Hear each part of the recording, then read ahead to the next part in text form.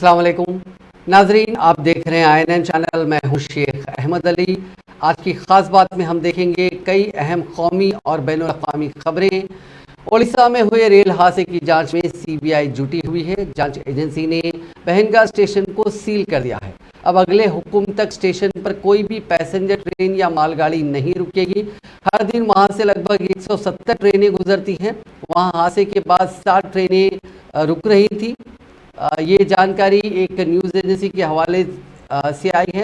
एक रेलवे ओहदेदार आदित्य कुमार चौधरी ने ये जानकारी दी है। रेलवे ओहदेदार का कहना है कि CBI ने जांच के दौरान स्टेशन में मौजूद सभी दस्तावेज चेक किए। लॉग बुक, रिले पैनल और इलेक्ट्रॉनिक डिवाइस जब्त कर ली गई हैं। 2 जून को ओडिशा के बालासोर में 2 सुपरफास्ट एक्सप्रेस और एक मालगाड़ी की टक्कर हुई थी, जिसमें 288 लोगों की मौत हो गई थी। हादसे में 1208 लोग जख्मी हुए थे। रेलवे ओहदेदार ने बताया कि CBI की 2 रुकनी टीम जुमे के रोज मकाम वाक़े पर पहुंची। एजेंसी ने वहां कई जगहों से कुछ ज़रूरी सबूत इकट्ठा किए। इसके बाद करीब 2 घंटे तक पैनल और रिले रूम में जांच की। टीम ने दोनों रूम और डेटा लॉकर को सील कर दिया है। माना जा रहा है कि CBI को हादसे से जुड़े कुछ अहम सबूत मिल सकते हैं। रेसलर्स और रेसलिंग फेडरेशन ऑफ इंडिया के साबिक सदरनशीन ब्रिजभूषण के तनाज़े में हफ्ते के रोज़ सोनीपत में खाप पंचायत हुई। इसमें साक्षी मलिक और बजरंग पूनिया पहुंचे। दोनों ने खाप के नुमाइंदों को वज़ीर दाखिला अमित शाह और वज़ीर स्पोर्ट्स अनुराग ठाकुर से हुई मीटिंग के बारे में बताया। इस दौरान बजरंग ने कहा कि हुकूमत ब्रिजभूषण की गिरफ्तारी के लिए तैयार नहीं है। मरकज़ ने 15 जून तक का वक्त मांगा है। कोई कार्रवाई नहीं हुई तो ब्रिजभूषण की गिरफ्तारी के लिए फिर से धरना दिया जाएगा। 15 के बाद 16 या 17 जून को जंतर मंतर या फिर रामलीला के मैदान पर दोबारा धरना किया जा सकता है। वहीं साक्षी मलिक ने कहा कि मैं ये क्लियर कर देती हूँ कि हम सब एक हैं। मैं, बजरंग और विनेश हम एक हैं और एक ही रहेंगे। ना तो हमको राजनीति कर रही इसमें बहुत सारी चीज हमने भी सुनी है। वैसे कोई कुछ कर रहा है, कोई कुछ कर रहा है। अगर 1% इसमें राजनीति बात गया, हम उस आदमी को देख के उस आदमी का सब करना चाहते कि जरूरी रखे थे ना 18-19 उसको जरूर सुना गया था। हम जो बदल का उस पर कर देंगे कहते हैं हम ना 1% हमारी राजनीति की सोच। हम अभी बाहर बेटे की सम्मान किया इज्जत साल का राजनीति करेंगे। बहुत सारे खिलाड़ी राजनीति में इतने राजनीति में ले जाएंगे। उसी पार्टी में आप जो है उस पार्टी में ले जाओगे। यह लड़ाई सब मुझे की बेटियां की सम्मान की लड़ाई है। यहाँ जिस तरह आप लोग से होते हैं, मैं दूसरे तरह से होकर रहा हूँ। इसमें दूसरे का हम भी ऐसे होकर रहे जो आप लोग सही कर रहे हो। तो मेरा जो मानना है, मेरा आपसे निवेदन है कि उस चीज पर 15 तारीख तक सरकार ने समय बोलना है। अगर 15 तारीख तक कोई ठोस कदम सरकार नहीं उठाती तो हमारा आंदोलन हमें कई बात रखेंगे। हमारा में जो आंदोलन जारी है वो गलत के बाद खत्म हो जाएगा। अगर कोई ठोस कदम नहीं उठाया जाता है जाएगा तो हमारी इज्जत और सम्मान की लड़ाई हमें जाता। तो आप मुझे भी बात कर रहे हैं जगह छोड़ के सब निवेदन है। मैं तो आपको बहुत छोटा हूँ। मैंने तो कभी पंचायत हम बोलने भी बोले ना मामी मुझे पंचायत हम बोलना चाहिए है। पर ये चीज खिलाड़ियों में हूँ राजनीति नहीं इसमें कुछ भी कभी जल चला रहे हैं। हर जनता से उसमें नरगढ़ वाली बड़े नरगढ़ वाले जाकर खड़वाओगे पक्षन को ना बात है उस चीज का आप सबका निवेदन है ना तो हमको राजनीति कर रही इसमें बहुत सारी चीज हमने भी सुनी है। बैठकर मणिपुर में 3 मई से कुकी और मैतेई तबकात के बीच तशद्दुद जारी है। इस बीच हफ्ते के रोज रियासत के 11 अफसरों का तबादला किया गया। इनमें IAS और IPS अफसर शामिल हैं। इससे पहले वज़ीर दाखिला अमित शाह इस महीने की शुरुआत में 4 दिन के दौरे पर वहाँ आए थे। इस दौरान रियासत के DGP P डोंगल को हटा दिया गया। उनकी जगह राजीव सिंह को कमान सौंपी गई। मणिपुर में 39 दिन से जारी तशद्दुद में अब तक 100 से ज़्यादा लोगों की मौत हो चुकी है। 310 जख्मी हैं और 37,000 से ज़्यादा लोग 272 रिलीफ कैंप्स में रहने पर मजबूर हैं। इस बीच आसाम के वज़ीर आला हेमंत शर्मा हफ्ते की सुबह मणिपुर पहुंचे। वो रियासत के CM N बीरेन सिंह से मिले। इस दौरान दोनों रियासतों के वज़ीर आला के बीच मणिपुर में जारी तशद्दुद पर भी बातचीत हुई। वजारत दाखिला ने हफ्ते को बताया कि मरकजी हुकूमत ने मणिपुर में अमन बहाल करने के लिए गवर्नर की सदारत में एक कमेटी बनाई है। कमेटी के अरकान में वज़ीर आला, रियासती हुकूमत के कुछ वज़रा, MPs, MLAs और मुख्तलिफ सियासी पार्टियों के कायदीन शामिल हैं। वज़ीर दाखिला अमित शाह हफ्ते के रोज़ गुजरात के पाटन ज़िले के सिद्धूपुर पहुंचे। इस दौरान उन्होंने एक जलसे आम से खिताब किया। अपनी तकरीर में उन्होंने राहुल गांधी पर जमकर हमला बोला। उन्होंने कहा कि राहुल बाबा जब भी वैकेशन के लिए बैरून मुल्क जाते हैं तो वहां हिंदुस्तान की बुराई करते हैं। वज़ीर दाखिला ने कहा कि राहुल गांधी को अपने पुरखों से सीखना चाहिए कि मुल्क की मिट्टी पर मुल्क की सियासत की बातचीत नहीं की जाती। अगर सियासत की बात करना है तो मुल्क में रहकर क्यों नहीं करते।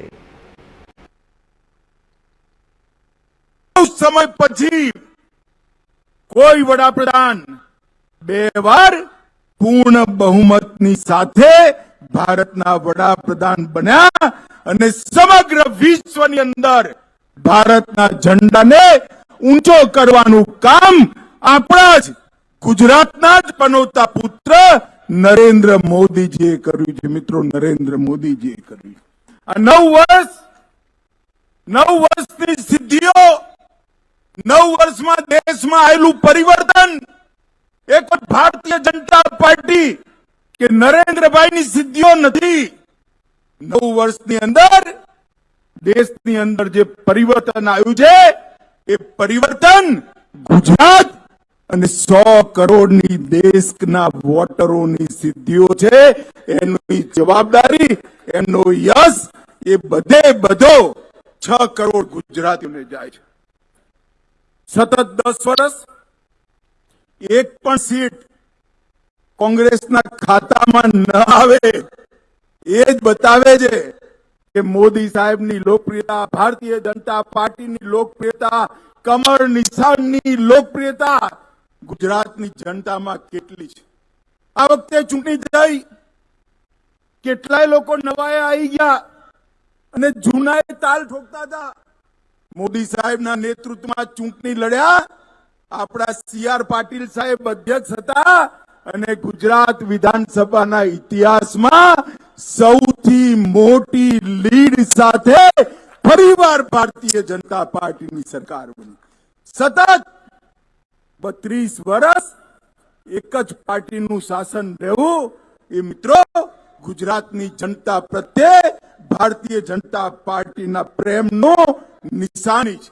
હું ફરી એકવાર સમગ્ર ગુજરાતની જનતાને બે હાથ જોડ कांग्रेस लीडर राहुल गांधी की अक़लियतों के तय तशवीश को मुनाफिकत करार देते हुए मरकजी शहरी तरक्यात के वजीर हरदीप सिंह पुरी ने आज कहा कि राहुल गांधी बैरून मुल्क अक़लियतों को याद करके उन्हें लुभाने के लिए झूठ बोलकर अपनी साख खत्म कर रहे हैं। पुरी ने बीजेपी के मरकजी दफ्तर में मुनक़िदा एक प्रेस कॉन्फ्रेंस में एक सवाल पर यह तबसरा किया। उन्होंने कहा कि जब वो यानी राहुल गांधी बैरून मुल्क जाते हैं तो उन्हें अक़लियतों की याद आती है। आप कोई भी बयान देते हैं और उसके बाद जब आपका झूठ पकड़ा जाता है तो आप माफ़ी मांगते हैं। भारत की अर्थव्यवस्था को फ्रेजाइल 5, फ्रेजाइल मतलब है कि 5 economies which were on shaky foundations. Fragility आप मान लीजिए, आप अभी हवाई अड्डे में हवाई जहाज में जा रहे हो तो आप कन्वेयर बेल्ट में वो जो सामान लगा लेते हो, कुछ लोग लेबल लगा लेते हैं, फ्रेजाइल हैंडल विद केयर। जब एक पूरी इकोनॉमी पे ये लेबल लग जाए फ्रेजिलिटी का, तो इसका मतलब ये होता है कि जो इन्वेस्टर होगा वो बड़े सोच समझ से कि भाई यहाँ इन्वेस्ट करना चाहिए नहीं करना चाहिए। बाकी जो आपकी इकोनॉमिक डिसीजन मेकिंग है, और सरकार कैसी थी, देखिए मैं किसी की निंदा नहीं करना चाहता हूं, पर मैं उस समय I was part of the system. मैं बात कर रहा हूं जो 10 साल थे यूपीए सरकार के, political decision making was by and large characterised bye inaction और पॉलिसी पैरालिसिस। ये थी उस समय स्थिति। और ग्लोबल इकोनॉमिक स्टैंडिंग में एक तरफ से फ्रेजाइल 5 का ठप्पा और दूसरा हम ग्लोबल रैंकिंग में 10वें स्थान पे थे। उससे पहले 2008-9 से लेके वर्ल्ड इकोनॉमिक और फाइनेंशियल क्राइसिस हो चुका था, we came out of it. उस 2014 के बाद क्या हुआ? हमारी अर्थव्यवस्था आज 10वें स्थान से लेके 5वें स्थान तक पहुंच गई है। और मैं again I keep repeating this, our size of the economy is 3.8 trillion, पर जो दो आगे हमारे से इकोनॉमीज हैं, जर्मनी और जापान, उनके 4.1 और 4.3 ट्रिलियन साइज है। अभी पिछले हमने फिगर्स लिए, कुछ हमारे यहाँ बड़े एमिनेंट इकोनॉमिस्ट जो पॉलिटिकल हो गए हैं, उन्होंने हमारे नेताओं के साथ बैठ के कहा, I don't think the economic growth will be more than 5 और 5.5%। अरे भाई, is this something you are wishing, और is it the soundness of your economic analysis? जो भी है, जब 7.2% पिछला फिस्कल ईयर का आया, I would have expected some of these prophets of doom या doomsday scenario experts with foreign affiliations to at least say भाई गलती हो गई, बहुत अच्छा रहा। ये भी नहीं हुआ। अब अगले जो फिगर्स आ रहे हैं, मेरे फिगर्स नहीं है, these are the figures of international agencies। उन्होंने कहा next year, that is in 23-24, the rate of growth is expected to be somewhere in the vicinity of 6.5 to 7%। देखिए, if you have 7.2%, all right, you can make an argument कि base था ये, भाई उसके बाद you keep growing, तो becoming the third largest economy is no longer a talking point, it is something that is in the realm।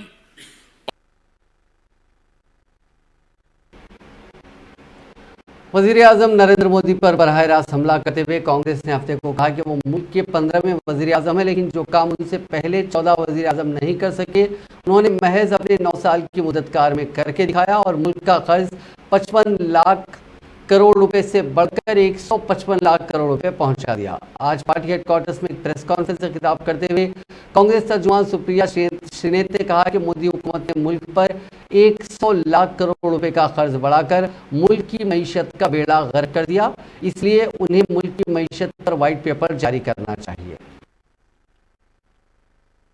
एक और बड़ा सवाल है, और ये बड़ा सवाल हम सबके मन में आना चाहिए, क्योंकि सरकार आपको खर्रे बताने लगती है। हाँ, हमने कर्जा लिया, हमने 80 करोड़ लोगों को फ्री का राशन दिया। इसका फायदा किसको हो रहा है? क्या इसका फायदा गरीब को हो रहा है? क्या इसका फायदा मध्यम वर्ग को हो रहा है? क्या इसका फायदा निम्न मध्यम वर्ग को, आम आदमी को, युवा को, स्टूडेंट को हो रहा है? आप सुनकर बहुत चक्के रह जाएंगे कि ये जो इतना बड़ा बड़ा कर्जा उठाया जा रहा है, हमें और आपको कर्जे के तले दबाया जा रहा है, इसका फायदा न गरीब को है न मध्यम वर्ग को, इसका फायदा सिर्फ और सिर्फ पूंजीपतियों को है। इस कर्जा लेने के दौरान 23 करोड़ लोग गरीबी की सीमा रेखा से नीचे चले गए, 83% लोगों की आय कम हुई, 11,000 से ज्यादा तो लघु मध्यम उद्योग जिनको MSME कहा जाता है वो पिछले साल ही बंद हो गए। लेकिन जो अरबपतियों की संख्या 2020 में 102 पर थी, वो जरूर बढ़ के 166 पर पहुंच गई। तो इसका फायदा भी सिर्फ और सिर्फ धन्ना सेठों को, अमीरों को और मोदी जी के परम प्रिय मित्रों को हो रहा है। अब दूसरा सवाल उठता है, ठीक है उनको फायदा हो रहा है, भाई वो तो part of India growth story है। अगर मोदी जी की सुन लीजिए, हमारा आपका क्या योगदान है? हम कुछ नहीं करते हैं, वो 10% लोग बहुत कुछ करते हैं। लेकिन सत्य उससे विपरीत है, क्योंकि ना वो भारत की विकास दर में अपना योगदान दे रहे हैं, ना टैक्स दे रहे हैं उतना। टैक्स वसूली हमसे, आपसे, गरीबों से, निम्न मध्यम वर्ग से करी जा रही है, कर्जा हमारे ऊपर लादा जा रहा है और सारा का सारा लाभ पूंजीपतियों को मिल रहा है। और इसीलिए जो दूसरा एक मुद्दा है पिछले 9 सालों का, एक तो है कि कर्जा तिगुना कर दिया, 100 लाख करोड़ का कर्जा उठा लिया 9 सालों में, और दूसरा एक है जो ये कहेंगे और कहते कहते थकते नहीं है, टैक्स कलेक्शन भी तिगुना हो गया, टैक्स कलेक्शन भी तिगुना हो गया। इससे ज्यादा वाहियात, इससे ज्यादा बड़ा कुतर्क और इससे ज्यादा नैतिक दिवालियापन का कोई और बयान और शर्मिंदगी का ये सरकार दे नहीं सकती है, क्योंकि इसकी भी असलियत सुन लीजिए, और ये असलियत सुननी और समझनी दोनों जरूरी है। जो भयावह आर्थिक असमानता है इस देश में, उसका नतीजा है कि जो सबसे निचला 50% इस देश का तबका है। अगर इस देश की आबादी को दो हिस्सों में बांट दिया जाए, 50% अमीर और 50% सबसे निचला तबका, तो जो 50% सबसे निचला तबका है वो जीएसटी कलेक्शन का 64% पैसा दे रहा है। सबसे गरीब 50% जीएसटी का 2/3 से ज्यादा पैसा दे रहा है, 64%। मध्यम वर्ग 40% जीएसटी का पैसा दे रहा है। लेकिन क्या आप ये सुनकर भौचक्के रह जाएंगे कि जो 10% लोग जिनके हाथ में हिंदुस्तान के 80% संसाधन और संपत्ति है, वो मात्र 3 से 4% समूचे जीएसटी कलेक्शन का पैसा दे रहे हैं। सबसे गरीब 50% इस देश की जनता सारे जीएसटी का 64% दे रही है। उनके पात्र इस देश की मात्र 3% संपत्ति है, और जिन 10% की इस देश की 80% संपत्ति पर कब्जा करके बैठे हैं, वो मात्र 3% जीएसटी कलेक्शन का दे रहे हैं। क्योंकि एक बात साफ है, और ये पानी की तरह साफ है, कि आटा, दही, दवाई, पढ़ाई, इन सब पर जीएसटी लगाकर जो वसूली सरकार कर रही है, उसका खामियाजा तो गरीब आदमी को भुगतना पड़ा है, उसका खामियाजा तो मिडिल क्लास को भुगतना पड़ रहा है। धन्ना सेठ तो सब मस्त है, लेकिन सरकार सब कुछ जानते बूझते हुए भी सिर्फ और सिर्फ छुपाने पर तथ्यों को तुली हुई है। ये सारी चीजें कोई आइसोलेशन में नहीं हो रही हैं। इन सारी चीजों का अर्थव्यवस्था पे प्रभाव पड़ रहा है। हिंदुस्तान की अर्थव्यवस्था का सबसे इंपॉर्टेंट जो पार्ट है वो कंजम्पशन, मतलब उपभोग होता है। हमारा उपभोग जीडीपी का 61.1% था वित्तीय वर्ष 2022 में, वो गिरकर 60% पर आ गया है। अभी हाल ही के जीडीपी डेटा में, जिसको लेकर ये कसीदे पढ़ रहे थे। ये बहुत बड़ा भयावह स्थिति है कि देश के लोग गरीबी के चलते, महंगाई के चलते, टैक्स वसूली के चलते कम नेशनलिस्ट कांग्रेस पार्टी में तंजीम के अंदर बड़ी तब्दीलियां की गई हैं। सुप्रिया सुले और प्रफुल्ल पटेल एनसीपी के कारगुजार सदर मुकर्रर किए गए। इसका ऐलान खुद शरद पवार ने किया। ख्याल है कि 2 मई को शरद पवार ने एनसीपी सरबराह के ओहदे से इस्तीफा दे दिया था, लेकिन कारकुनों के इस्रार के बाद उन्होंने इस्तीफा वापस ले लिया था। कारगुजार सदूर के अलावा सुप्रिया सुले को महाराष्ट्र, हरियाणा, पंजाब, खवातीन, यूथ और लोकसभा के तालमेल की जिम्मेदारी भी सौंपी गई है, जबकि प्रफुल्ल पटेल को कारगुजार सदर के साथ साथ मध्य प्रदेश, राजस्थान और गोवा की जिम्मेदारी दी गई है। सुनील ताकड़े को कौमी जनरल सेक्रेटरी मुकर्रर किया गया है।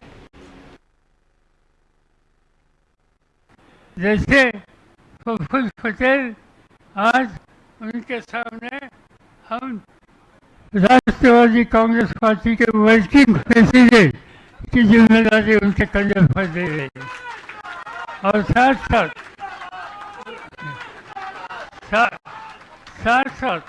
उनके पास मध्य प्रदेश, गुजरात, राजस्थान, झारखंड, गोवा राज्यसभा का काम और इन राज्यों की जिम्मेदारी उनके कंधे पर दे रहे।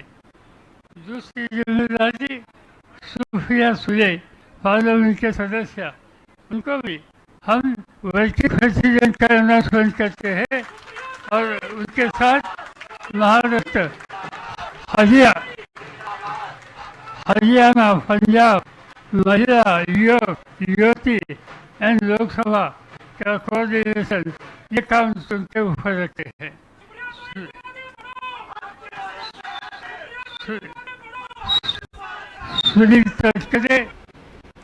एनसीपी के सरबराह शरद पवार ने तस्दीक की है कि वो 23 जून को पटना में अपोजिशन की मीटिंग में शिरकत करेंगे।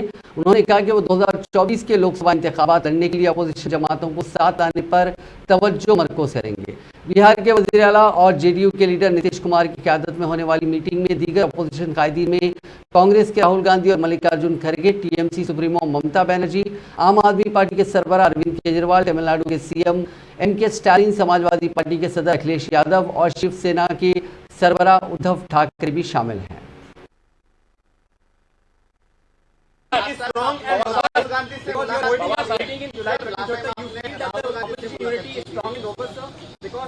Congress is not supporting Aam Aadmi Party as far as this ordinance is concerned. You feel that the opposition unity is strong and robust, and are you willing to play a role of mediator in trying to बात ऐसी है कि कांग्रेस इसमें क्या होगी, क्या नीति रहेगी, आज मैं कहीं नहीं सकता। और मुझे ये मालूम है कि खैरी साहब आज जो पार्टी के सेक्रेटरी थे उन्हें खुद मुझे बुलाया, मुझसे बात की और मेरे साथ बात करी और श्री राहुल गांधी की बात करने में डिस्कशन में थे। और जो डिस्कशन हुआ वो मिलकर आगे कैसा काम कर सकते हैं इस इशू पर हो गया। और इसलिए आज कोई आएगा या नहीं आएगा, यहाँ तक हम सोचे थे, हमारी कोशिश रही कि नॉन मिलिट्री फोर्सेस कैसे एक हो सकते हैं। इसके लोग जो बदलाव चाहते हैं कि बदलाव के लिए मदद कैसे हो सकती है, इस पर हमारा ध्यान रहेगा और मेरी व्यक्तिगत कोशिश इसमें ज्यादा होगी। केंद्रामध्ये तब आपने एक सुझाव दिया था कि केजरीवाल को भी पास जाना चाहिए, फिर ममता बनर्जी को भी पास जाना चाहिए, तो आगे ये बात बढ़ी क्या? कांग्रेस आगे गई है क्या वहाँ तक? कल हम जब बैठे के थी तो कौन वहाँ देखने के बाद पता लगेगा। मुझे लगता है कि ममता जी शायद वहाँ आ रही है, तो आ नहीं रहे ऐसी बात तो नहीं। गुजरात पुलिस के एंटी टेररिस्ट स्क्वाड ने पोरबंदर से श्रीनगर के 3 नौजवानों और सूरत की एक खातून को गिरफ्तार किया। इनमें से एक बैरूनी शहरी है। एटीएस राय के मुताबिक चारों के आईसिस से लिंक है। खातून के पास से 4 मोबाइल फोन और दीगर डिजिटल डिवाइसेस भी बरामद की गई हैं। गुजरात एटीएस के आईजी दीपेन भद्रन ने बताया कि गिरफ्तार चारों शख्स दहशतगर्द तंजीम आईसिस खुरासान की मॉड्यूल का हिस्सा हैं। ये पिछले 1 साल से एक दूसरे से राब्ते में थे और आईसिस में शामिल होने के लिए देश से भागने की स्कीम बना रहे थे। ये सभी आईसिस के मॉड्यूल पर काम करते हुए सोशल मीडिया के जरिए नौजवानों को कट्टरपंथी बनाने का काम कर रहे थे। साथ ही गुजरात से जुड़ी सीक्रेट इंफॉर्मेशन बैरून मुल्क भेज रहे थे।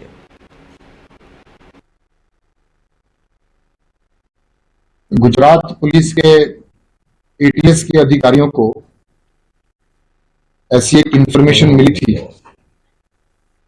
कि एक प्रतिबंधित आतंकवादी संगठन है ISKP, Islamic State Khorasan province.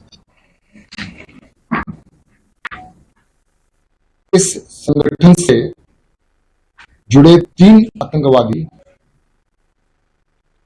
Bharat से गुजरात होकर बाहर जाने वाले हैं, हिजरत करने वाले हैं।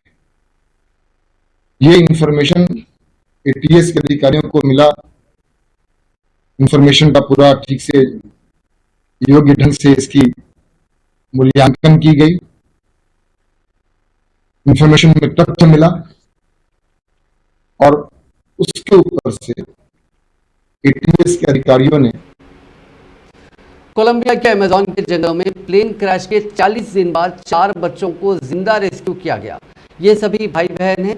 मिलिट्री जवानों को बच्चे कोलंबिया के कैकटा और गुआरिया सूबे की सरहद पर जुमे के रोज मिले। सदर गुस्तावो पेट्रो ने इस दिन को मैजिकल डे बताया। इन बच्चों की उम्र 13 साल, 9 साल, 4 साल और 1 साल है। सदर ने मिलिट्री के जवानों के साथ इन बच्चों की तस्वीरें भी शेयर की है। हादसा 1 मई को पेश आया था। इस हादसे में पायलट समेत 3 लोगों की मौत हो गई थी। इसमें इन बच्चों की मां भी शामिल थी। हादसे के बाद 4 बच्चे लापता हो गए थे। इस वाक़े की जानकारी मिलने के बाद कोलंबिया हुकूमत और मिलिट्री ने बच्चों के रेस्क्यू के लिए ऑपरेशन होप शुरू किया था। सेस्ना 206 प्राइवेट प्लेन था और इसमें बच्चों समेत 7 लोग सवार थे। हादसे के बाद हुकूमत और मिलिट्री ने होप ऑपरेशन शुरू किया था। इस दौरान जंगल से बच्चों का सामान बरामद किया गया था। इसमें कैंची, दूध की बोतल, हेयर टाई और टेम्पररी शटर शामिल था। इसके अलावा कई जगहों पर बच्चों के पैरों के निशान भी नजर आए। सर्चिंग के दौरान मिलिट्री हेलीकॉप्टर से बच्चों की दादी की आवाज में एक रिकॉर्डेड मैसेज भी सुनाया गया, जिससे बच्चे एक जगह रुक जाएं या कोई सिग्नल दे सके। इसके बाद 17 मई को सदर ने ट्वीट कर बच्चों के मिलने की बात कही। हालांकि सर्च ऑपरेशन में जुटी फौज ने इसकी तस्दीक नहीं की थी। उन्होंने कहा था कि अगर बच्चे किसी को मिले भी हैं तो वो उसकी कस्टडी में नहीं है। इसके बाद कोलंबिया में सदर को काफ़ी तनकीदों का सामना करना पड़ा था। वहाँ के लोगों ने हुकूमत पर बच्चों के मिलने की झूठी उम्मीद देने का इल्ज़ाम लगाया था। ओहदेदारों ने बताया कि 1 मई को प्लेन आराक्रा के सैन जोस डेल के इलाके में जा रहा था। इस बीच क्रैश हो गया। हादसे के 16 दिन बाद यानी 16 मई को प्लेन का मलबा मिला। मलबे में पायलट समेत 3 लाशें मिली थी। इनमें से एक लाश रानो मुकुटवी नाम की एक खातून की थी। यही 4 बच्चों की मां थी। अफसर ने बताया कि सैन जोस डेल शहर के इस इलाके का एक अहम शहर है। वहाँ सड़कें काफ़ी कम है, इसलिए लोग छोटे प्लेन से आया जाया करते हैं। सेस्ना 206 के पायलट ने इंजन में खराबी होने की इत्तला दी थी, जिसके कुछ मिनट बाद ही प्लेन रडार से गायब हो गया था। इस रेस्क्यू ऑपरेशन को लेकर सोशल मीडिया पर काफ़ी धूम मची हुई है और लोगों ने कोलंबिया की हुकूमत और कोलंबिया की फौज की तारीफ की है। इंडियन ओशन में चीन के बढ़ते दखल का मुकाबला करने के लिए इंडियन नेवी ने हफ्ते के रोज अरब सागर में सबसे बड़ी एक्सरसाइज की है। नेवी ने पहली बार अपने दोनों एयरक्राफ्ट कैरियर INS विक्रमादित्य और INS विक्रांत को एक साथ समुद्र में उतारा। इन एयरक्राफ्ट को MiG-29K समेत 35 लड़ाकू जहाज भी उड़ाए गए। साथ ही समुद्र के अंदर अपनी ताकत का मुजाहरा करने के लिए इंडियन नेवी ने सबमरीन की भी टेस्टिंग की। पंजाब के लुधियाना में 7 करोड़ से ज्यादा की लूट की गई है। देर रात 2 बजे 10 बदमाश हथियार लेकर राजगुरु नगर में ATM में कैश जमा करने वाली CMS सिक्योरिटी कंपनी के ऑफिस में घुसे। वहां तैनात 5 सिक्योरिटी गार्ड को उन्होंने बंदी बना लिया। इसके बाद तिजोरी के बाहर रखा 4 करोड़ कैश और ऑफिस के बाहर खड़ी गाड़ी ले गए। इस गाड़ी में 3 करोड़ से ज्यादा का कैश था। इसके साथ CCTV की DVR भी ले गए। बदमाशों के जाने के बाद मुलाजमीन ने पुलिस को इत्तला दी। पुलिस के अलर्ट होने पर बदमाश गाड़ी को मुल्लामपुर के पास छोड़कर फरार हो गए। इस गाड़ी को पुलिस ने बरामद कर लिया है।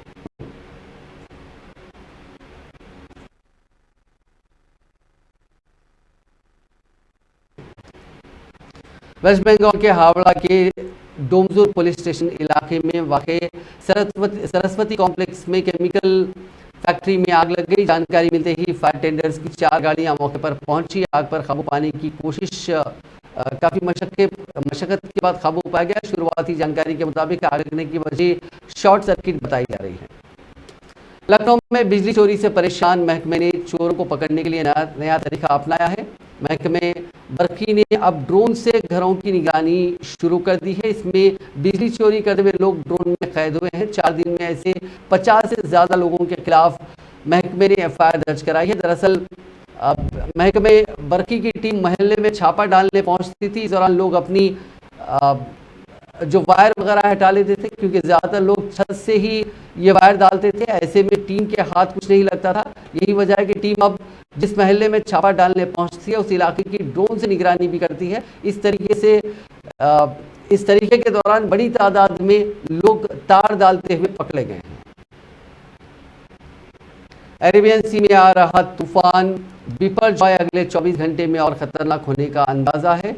महकमे मौसमियात ने हफ्ते के रोज बताया कि ये अरब सागर में नॉर्थ वेस्ट की तरफ बढ़ा है। इतवार या पीर तक इसके गुजरात पहुंचने का इम्कान है। 10 से 12 जून तक 80 से 120 किलोमीटर फी घंटे की रफ्तार से हवाएं चल सकती है। इसके चलते MD ने गुजरात, केरल, कर्नाटका और लक्षद्वीप में मछुआरों को समंदर में जाने से मना किया है।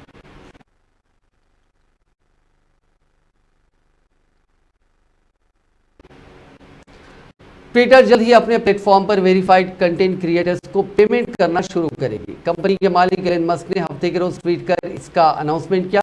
एलन मस्क ने ट्वीट में कहा कि ट्विटर कुछ हफ्तों में क्रिएटर्स के रिप्लाई में दिखाए जाने वाले एड्स के लिए उन्हें पेमेंट करना शुरू करेगा। क्रिएटर्स को फर्स्ट ब्लॉक में टोटल $5 मिलियन यानी करीब 41 करोड़ रुपए का पेमेंट किया जाएगा। मस्क ने आगे कहा कि ध्यान दें, पेमेंट वेरीफाइड क्रिएटर्स को ही किया जाएगा और वो भी वेरीफाइड यूजर्स की जानिब से एडवर्टाइजमेंट देखे जाने पर ही ये वैलिड होगा। हाल ही में लिंडा याकारिनो ने ट्विटर के नए CEO के तौर पर ऑफिशियली अपना कामकाज संभाला है।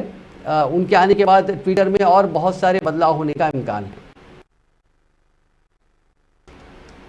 जापान में हफ्ते के रोज 2 पैसेंजर फ्लाइट टकरा गई। दारुल हुकूमत टोक्यो के हानेडा एयरपोर्ट में ये टक्कर हुई, जिसके बाद रनवे को कुछ देर के लिए बंद कर दिया गया। जापान टाइम्स के मुताबिक ये टक्कर बैंकॉक जा रही थी थाई एयरवेज इंटरनेशनल की फ्लाइट और ताइवान जा रहे ईवा एयरवेज के प्लेन के बीच पेश आया। नाज़रीन, आज की खास बात में बस इतना ही। आपसे कल मुलाकात होगी नई खबरों के साथ। आप देखते रहिए INN चैनल।